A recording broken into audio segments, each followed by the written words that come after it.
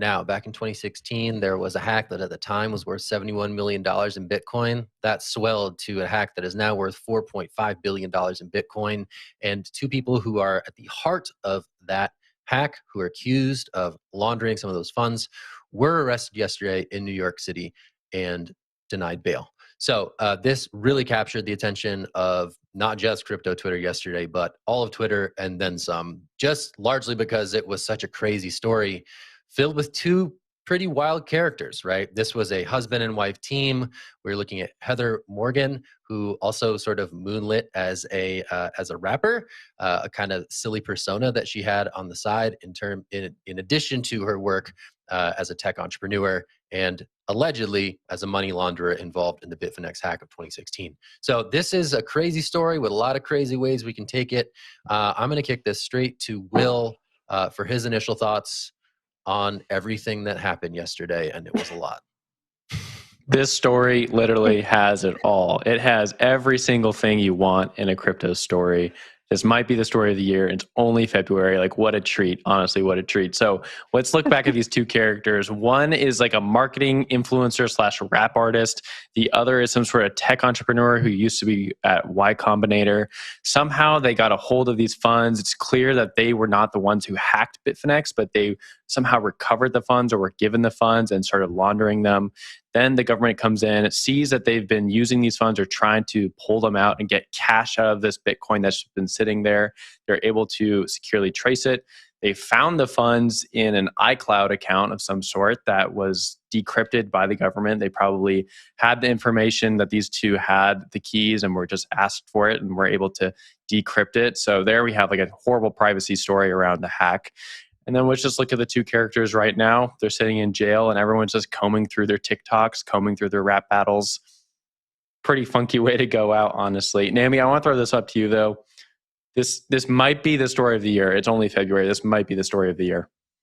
It's pretty huge, and I think it's a big lesson in privacy, as you've already alluded to, the fact that they had this spreadsheet that was in an iCloud account that had lists of all of these accounts and amounts in it. Like, it doesn't matter if this is encrypted, because encryption helps you from, protect you from mass surveillance, right? Because it's far too economically prohibitive for a government to have blanket surveillance and decrypt everyone's things. But if they wanted to, they could spend a ton of resources attacking a single file to decrypt it. So putting that stuff on iCloud is probably not a great thing that you could be doing. The other thing that I thought was interesting was just looking at these graphs in this report from the DOJ, where it dives into how they traced all of these funds.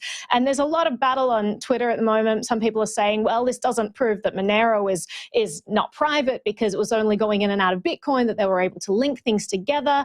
Actually, I think it's a bit of both. So, when you're using this technology, you have to really understand how it works and where the failure models are. Just going into Monero, transferring it into that doesn't actually wipe the chain analytics of your transaction history. And it seems that that's what these people were relying on. They're kind of going in and out of funds. They're going in and out of dark market sites. Then they're putting money on exchanges and pseudonyms, all of this stuff. And it just goes to show you that at the end of the day, the way law enforcement is tracking this stuff, they're creating clusters. They're creating patterns of movement. They're saying, oh, that fund went there and that fund also went there later down the track. They're kind of joining these patterns together and they're figuring out a huge amount of stuff. So I think it's important that people realize where the weaknesses are. Maybe start to err towards things that have zero knowledge involved with it. There are a bunch of coins out there that use zero knowledge proofs, where chain analytics is literally like stopped on the spot there. So I think it's just important to kind of dig into all of this. And I think, really, Bitcoin doesn't come out a winner in all of this with all of the funds and the traceability there. Like, it's interesting because this traceability enabled law enforcement to potentially find bad guys, if that's what the case ends up determining. But it also allows law enforcement to dive into all of your funds as a private citizen who's probably done nothing wrong. So worthwhile keeping in mind where the privacy sits for all of these different coins. But Jen, I'll throw it to you.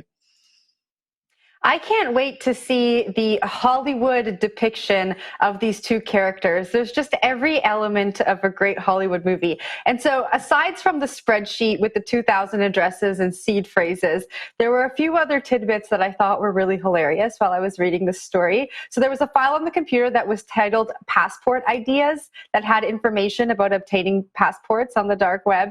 And their lawyer said that the file was actually so that they could get passports so they could go to different countries to retrieve funds from accounts, not actually escape law enforcement. I thought that was really funny. And then there was a bag of cell phones under the bed that was labeled burner phones.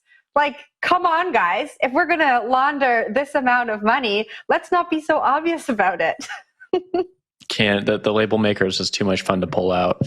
It's true. The whole story is something we're going to be looking at for this entire year, going to be pulling on threads. I'm sure when we go to court with this, there's going to be some hilarious things get pulled out on deck. Zach, I'll throw it to you before we go to the next topic. Yeah, last quick thought. And, I think you're seeing this across some of the commentary. I think in the long term, this could be really good for Bitcoin in establishing public trust of the officials who are looking to regulate it into the ground, right? The fact that this can happen that this tracing can happen and did happen is something that ultimately may engender trust among DC regulators, but it's certainly going to cut both ways, and it's certainly going to be a hot topic of debate going forward for a long time.